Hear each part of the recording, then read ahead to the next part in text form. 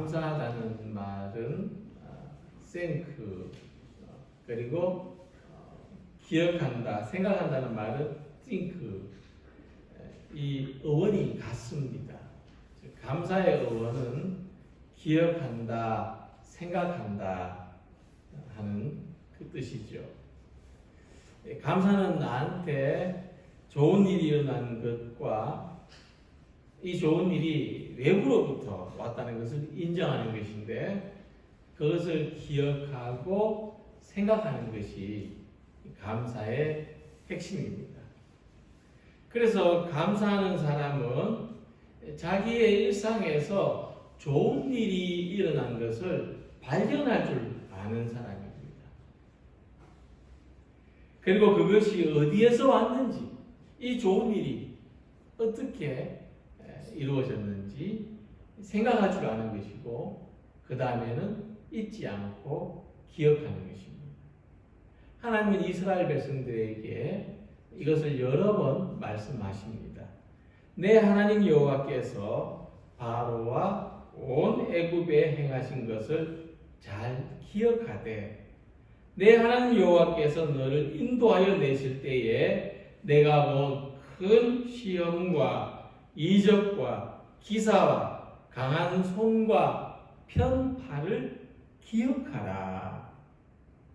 하나님께서는 출애굽의 이 사건, 이 경험을 잘 기억하라, 잊지 말라 말씀하셨고, 또 그 이면에는 감사하라 하고 말씀하신 것입니다.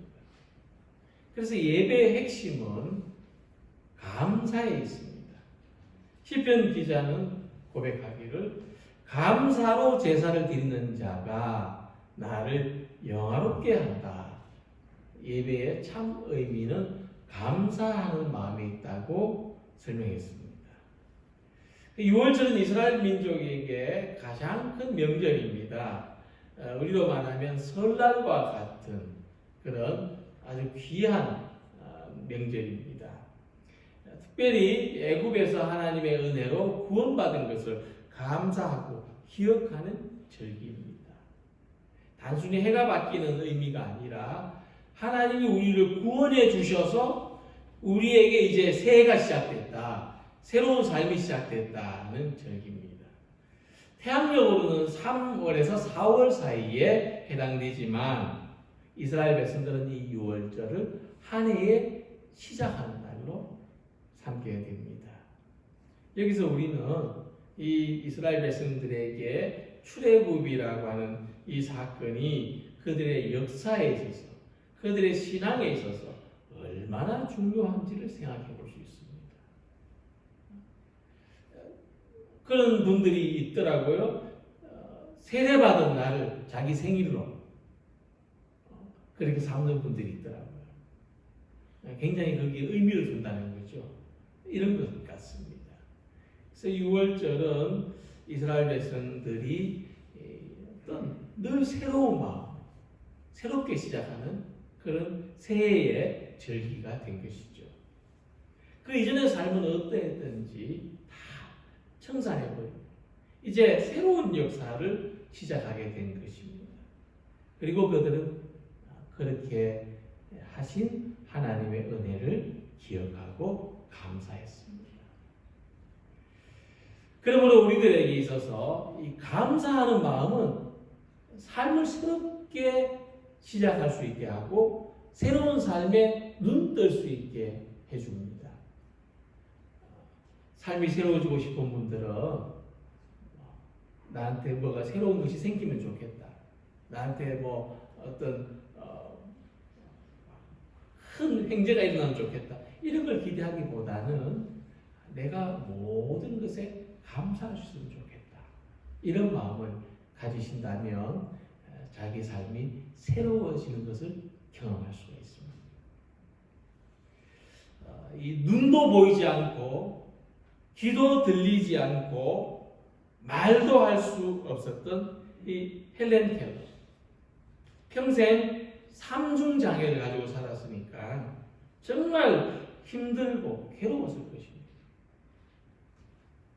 헬렌 켈러 말년에 기자들이 물었습니다. 당신은 이런 육체적인 고통 속에서 살았으니 하나님이 얼마나 원망스러웠겠습니까? 이런 거죠. 살면서 하나님 원망 많이 해보셨죠? 또는 하나님 원망해 보신 적 없었습니까? 그러니까 헬렌 켈러가 이런 대답을 했습니다. 원망이라니. 오히려 저는 하나님께 감사하고 주신 은혜를 기뻐하는 것만으로도 시간이 부족했습니다. 하나님께 감사하기에도 시간이 부족했습니다. 그러니까 사람들은 헬렌 켈러를 어떻게 봤냐면은 저 사람은 부족하다. 그렇게 봤습니다. 저 사람은 부족한 사람이다. 뭔가 결여된 사람이고 결핍된 사람이다. 그러니까 얼마나 원망이 많겠느냐. 그러나 헬렌 켈러는 자기 자신을 그렇게 바라보지 않았습니다. 나는 지금 매우 충분하다. 나는 더 이상 필요한 것이 없고 더 이상 바랄 것이 없다. 그랬기 때문에 그는 감사하기에도 시간이 부족했다. 그렇게 말한 것입니다. 우리는 내게 부족한 것만 생각하면 감사할 수 없습니다. 지금까지 주신 은혜를 기억하지 않고 왜 내게 지금 뭔가를 주시지 않느냐고 생각한다면 원망할 수밖에 없습니다. 우리는 지금이 매우 충분하다고 느낄 수 있어야만 감사할 수 있습니다. 지금까지 베풀어 주신 은혜가 너무 크고 놀랍다고 발견할 수 있어야 합니다. 그래서 구원의 경험은 지금이 매우 충분하다고 느끼는 것이고 유월절은 이스라엘 백성들에게 그것을 경험하게 해준 사건입니다. 이스라엘은 유월절을 통해서 새롭게 태어났습니다. 그들은 새로운 역사의 출발점에 섰고 이 유월절 의식을 여호와의 절기라고 불렀습니다. 너희는 이 날을 기념하여 여호와의 절기를 삼아 영원한 규례로 대대로 지킬지니라. 이 여호와의 절기란 말은 하나님 앞에서 지키는 절기라는 뜻입니다. 하나님과 함께 지키는 절기라는 뜻이죠. 우리 인생이, 우리의 삶이 하나님 앞에 있다는 것을 기억하게 해줍니다. 하나님 앞에서 늘 감사하며 살아가라고 깨우쳐 줍니다. 하나님의 은혜를 기억하고 감사로 지키는 유월절의 의미를 살펴보면서 오늘 우리들의 감사도 더 깊어지고 더 커져가는 시간이 되기를 소망합니다. 유월절에 사용된 음식 중에 하나는 쓴나물입니다. 이것은 아주 심한 고통을 표현하는 것으로 사용됩니다. 그들이 애국 땅에서 이토록 쓴 맛을 보았다. 쓰디 쓴 시간을 보냈다. 그것을 상징합니다. 유월절날 음식을 먹을 때 쓴나물을 먹으면 아이들이 왜 이렇게 쓴나물을 먹어야 하냐고, 맛있는 것도 참 많은데 왜 하필 쓴나물을 먹어야 되느냐고 이렇게 물을 때 이것은 우리 조상들이 애국 땅에서 고생을 했기 때문에 아주 쓰디쓴 경험을 했기 때문이다. 그래서 우리가 그것을 잊지 않으려고 먹는다. 이런 교육을 했다는 것이죠. 유대인들은 이 유월절 식사에 상추를 쓴나물로 사용하고 있습니다. 우리하고 상추의 외형이 거의 같은데 아주 더 쓸 것이라고 생각합니다. 이 상추의 쓴맛 이것과 애굽에서 노예로 살던 고통이 적절하게 유사성을 가집니다. 그리고 무교병은 발효되지 않은 거친 음식입니다. 밀가루를 반죽해서 지금처럼 아주 고운 밀가루가 아니죠. 그 당시에는 그냥 돌 같은 것으로, 맷돌 같은 것으로 가른 아주 거친 밀가루인데 이걸 발효시키지 않고 구웠으니까 얼마나 거칠고 딱딱하겠습니까? 그러니까 여유를 가지고 이 음식이라는 것을 맛있게 만들어야 되는데 그렇게 할 수 없이 급하게 먹고 출애굽해야 했던 이런 상황과 연관되고 있습니다. 그런데 이 무교병을 사용한 것에는 또 하나의 내적인 의미가 있는데, 그것은 이 발효라고 하는 것이 썩는 것으로 여겨지기 때문입니다. 이 음식을 발효시키는 것은 적당히 발효시켜야 되죠. 그래야 맛이 나지 않습니까? 그런데 이 발효시키는 선을 넘겨버리면 썩어버립니다. 그럼 음식을 못 쓰게 되죠. 먹으면 큰 탈이 납니다. 그러니까 이 발효를 그렇게 부정적으로 보는 것은 썩는 것과 연결되어 있기 때문인데, 우리 사람 안에서 끊임없는 충동, 이게 돌을 넘으면 썩죠. 이 악한 행위를 하게 만드는 원인을 누룩이라고, 발효시키는 것이라고 신약에도 나타납니다. 그래서 무교병을 먹었다는 것은 하나님 앞에서 정결한 생활을 해야 된다. 썩어져가는 이 구습을 쫓는 옛사람을 벗어버려야 된다. 이런 의미가 있는 것입니다. 그런데 이 썩나물하고 무교병하고 같이 먹었다는 거예요. 근데 제가 뭐 어떤 요리 연구가 아니지만은 경험상 썩나물하고 무교병은 어울리지 않는 조합입니다. 이게 사람들이 좋아하는 그 맛, 단짠이라고 하죠. 달고 짜고 하면 사람들이 좋아한대요. 근데 한 가지 음식이 있으면 다른 한 가지 음식은 부드럽거나 달아야 먹기가 좋습니다. 이게 조합이죠. 그 한쪽이 강한 맛을 잡아줘야 한다는 거죠. 그래서 이 음식을 먹는 의미에서도 마찬가지인데, 이 삶이 고통스럽다면 좀 달콤한 부분이 있어야 된다. 그래야 이 고통스러운 삶을 좀 잊어버릴 수가 있습니다. 신앙생활에서도 마찬가지죠. 우리 삶이 바쁘고 쫓기고 여유가 없고 각박할수록 좀 정결하게 살지 못해도 좀 대충 신앙생활 해도 이해해 줄 수 있어야 한다는 겁니다. 우리도 좀 그렇게 이해받고 싶지 않습니까? 내가 너무나 바쁘기 때문에 좀 이해해 주면 좋겠다. 근데 하나님께서 이 두 가지를 같이 하라고 하는 거죠. 썩나물하고 무교병하고 같이 먹으라는 겁니다. 그러니까 이 부담스럽죠. 이 부담스러운 걸 요구하시는 거예요. 그런데 이 두 가지 음식은 감사의 식사라는 거예요. 이 부담스러운 두 가지 음식이 감사의 식사입니다. 썩나물을 먹으면서, 발효되지 않은 거친 빵을 먹으면서 감사하는 겁니다. 이게 가능할 수 있느냐? 이게 어울리지 않는 조합이 가능할 수 있겠느냐는 것이죠. 그 이유는 하나님의 은혜로 말미암아 쓰고도 거친 삶이 기쁨으로 변화될 것이기 때문입니다. 이 쓰고도 거친 삶 속에서 기쁨을 맛보는 겁니다. 그러니까 마지막 재앙이 임하는 날에 지금 애국 사람들의 집에는 어때요? 막 곡소리가 납니다. 옆집에서 통곡 소리가 나고 갑자기 저 집에서 통곡 소리가 나죠. 그런데 이스라엘 백성들은 그 썩나물과 그 발효되지 않은 빵으로 식사를 하면서 이 고통이 넘어간다. 이 재앙이 우리를 지나서 간다. 그 하나님의 약속을 생각하면서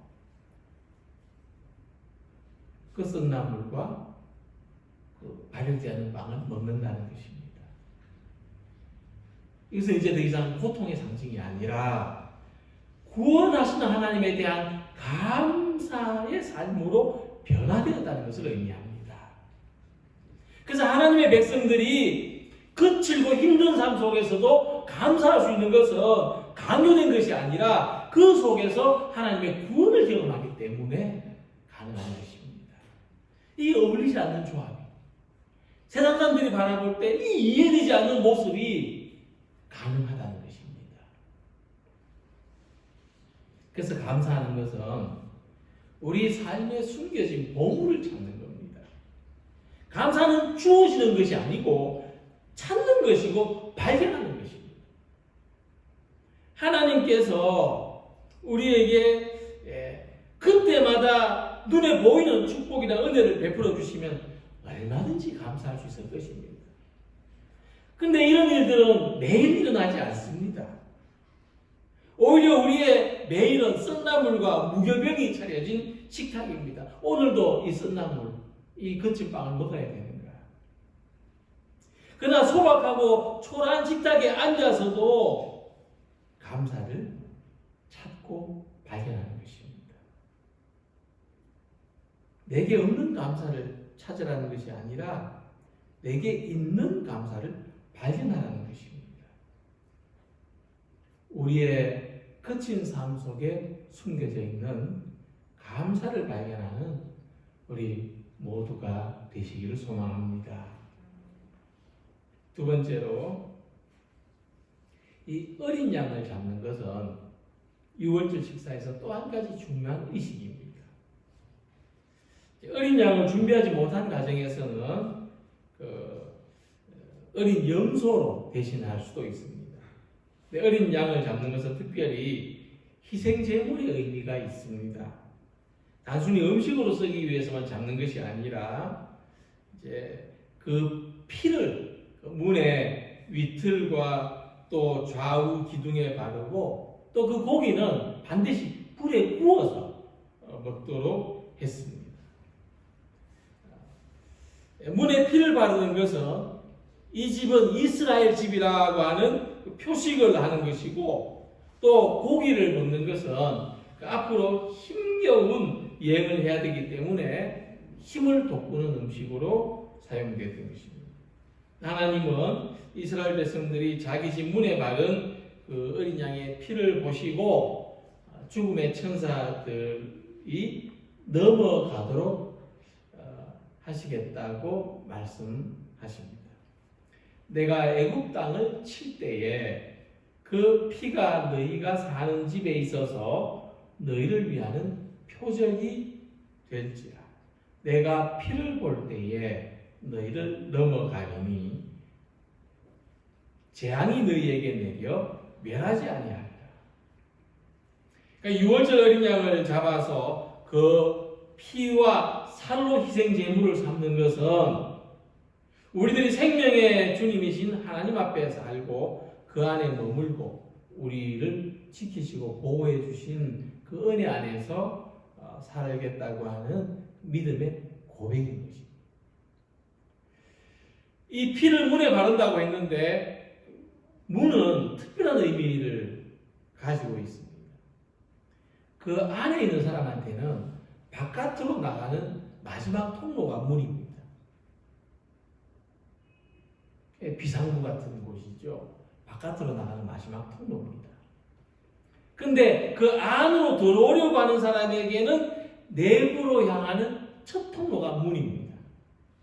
그래서 대문을 열고 들어와야 그 다음에 뭐 현관에도 들어오고 뭐 거실에도 들어오고 이렇게 할 수가 있는 것입니다. 그럼 문에 양의 피를 발랐다는 것은 어떤 의미가 있냐면은 그 집 전체를 보호한다는 것입니다.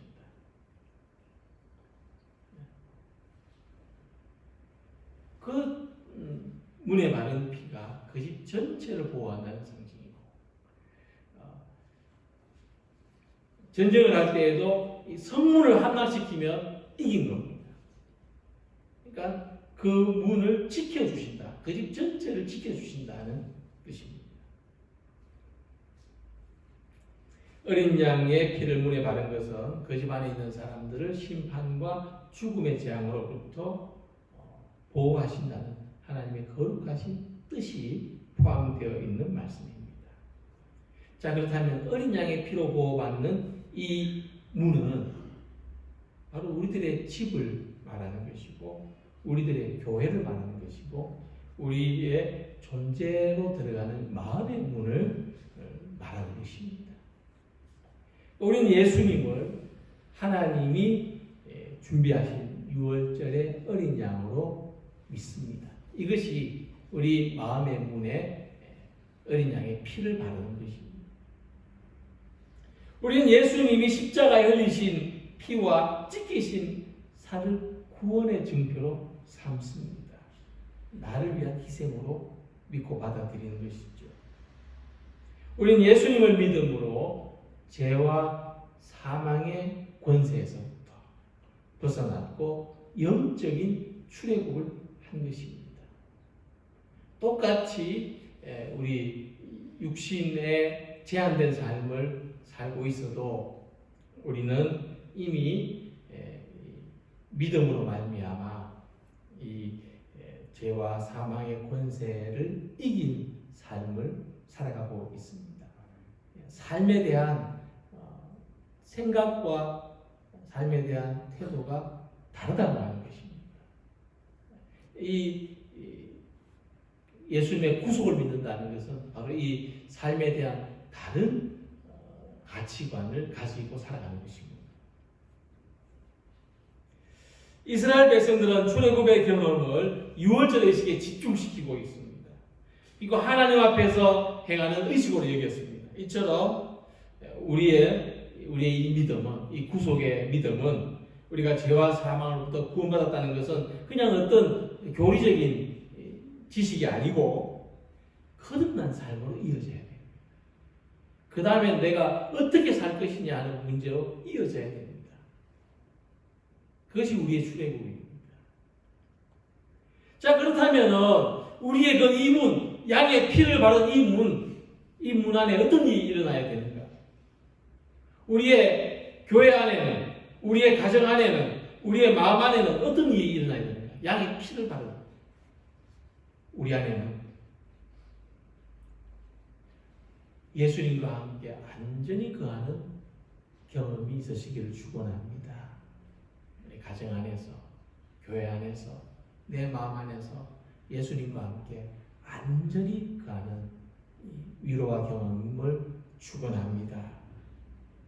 6월절 어린 양이신 예수님께서 흘리신 피로 우리 가정을 지키시고 교회를 지키시고 우리 영혼을 지키시는 것을 믿고 신뢰하시기를 바랍니다. 우리의 삶을 죽음과 심판으로부터 지켜주십니다. 하나님의 백성들이 또 함께 구원의 식탁 6월절 식사를 나누는 기쁨과 감사가 충만하기를 소망합니다. 오늘과 같이 우리가 직접적으로 공동체를 할 수 없을지라도 마음을 나누는 또 영적인 식탁에 함께 둘러앉는 이 기쁨과 감사가 충만한 우리 공동체, 양의 피를 바른 문 안에 있는 우리 모두가 되시기를 바랍니다. 그리고 세 번째, 하나님께서는 6월절 먹는 음식을 먹는 방법에 대해서 말씀하십니다. 너희는 그것을 이렇게 먹을지니 허리에 띠를 띠고 발에 신을 신고 손에 지팡이를 잡고 급히 먹으라. 이것이 여호와의 6월절이라. 허리에 띠를 띠고 손에 지팡이를 잡고 급히 먹으라는 것은 지금 음식을 먹는 데 의미를 둔 어떤 식사의 행동이 아닙니다. 그렇죠? 음식을 먹는 데 의미를 둔 식사의 행동은 어떻습니까? 좀 안락한 의자에 앉아야죠. 그렇죠? 좀 여성들은 드레스를 입고 남성들은 이 슈트를 입고 좀 멋을 내야죠. 그리고 음식도 아주 천천히 조금씩 음미해 가면서 그렇게 식사를 해야죠. 근데 지금 허리에 띠를 띠고 손에 지팡이를 잡고 급히 먹으라는 것은 음식을 즐기라는 게 아니죠. 이 음식을 왜 먹느냐? 그 목적과 이유에 있습니다. 그러니까 이 음식을 먹는 동안 지금 임박해 있는 탈출을 준비해야 된다는 겁니다. 탈출해야 될지 모르기 때문에 지금 만반의 준비를 갖추고 음식을 먹으라는 겁니다. 이 탈출이라고 하는 것은 벗어나는 겁니다. 내가 원치 않는 데서 벗어나는 겁니다. 내가 아주 원하고 아주 좋은 환경이라면 탈출할 필요가 없죠. 거기 계속 머물러 있어야 됩니다. 탈출한다는 것은 내가 원치 않는 환경에서부터 벗어나는 것. 노예 생활, 빚으로부터 질병, 불안, 고통, 우리의 불행, 이 모든 악조건으로부터 벗어나는 것이 탈출입니다. 이스라엘 백성들에게는 이 마지막으로 이 한 가지 탈출하는 문제가 남아있다고 하는 것입니다. 마찬가지로 우리들도 오늘의 삶에서 우리가 어떤 문제가 있습니까? 현실의 고통에서 탈출하는 문제가 있습니다. 벗어나는 문제가 있습니다. 이 출애굽은 쉬운 일이 아니었습니다. 애굽에서 이스라엘 백성들이 살아가는 삶은 그 자체가 지옥이었습니다. 가난, 박해, 비인간적인 대우, 더러운 환경, 혹사시키는 일들, 그들은 인간다움을 상실했습니다. 그래서 노예라고 했습니다. 그런데 이스라엘 백성들의 자체 힘으로는 여기서 못 벗어납니다. 평생 그렇게 살다가 죽어야 되는 운명입니다. 그런데 하나님께서는 모세를 보내서 그들을 탈출시키십니다. 그리고 바로에게 10가지 재앙을 내리시고 끝끝내 버티다가 끝끝내 무릎을 꿇게 만드시고 하나님은 그들을 탈출하게 하십니다. 그래서 이 애굽에서 탈출하는 이야기는 구원 사건의 아주 전형적인 비유입니다. 상징입니다. 애굽에서 탈출하고 광야의 시련을 거치고 가나안 땅으로 들어가는 것은 이스라엘 백성들에게는 역사적인 어떤 의미지만 영적으로 우리들에게는 이 세속에서 벗어나서 하나님을 예배하는 교회가 되어가는 과정이고 우리 한 개인이 믿음 생활을 시작하고 이 하나님 앞으로 그 영광의 세계로 점점 더 가까이 나아가는 그런 과정을 이야기해 주는 것입니다. 그런데 탈출만 하면 곧바로 행복해지는 것이 아닙니다. 탈출이 곧 영광은 아닙니다.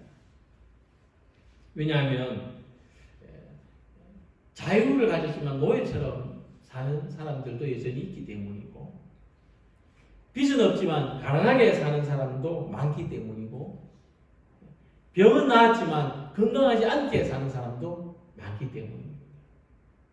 그래서 진정한 자유, 풍요한 삶, 건강한 육체를 얻어서 참된 의미에서 영광스러운 삶은 광야를 거쳐야 얻을 수 있고 탈출의 건너편에 있다고 하는 것입니다. 그렇기 때문에 우리가 지금 탈출하는 것은 우리가 지금 벗어나는 것은 현실로부터 도피하는 게 아닙니다.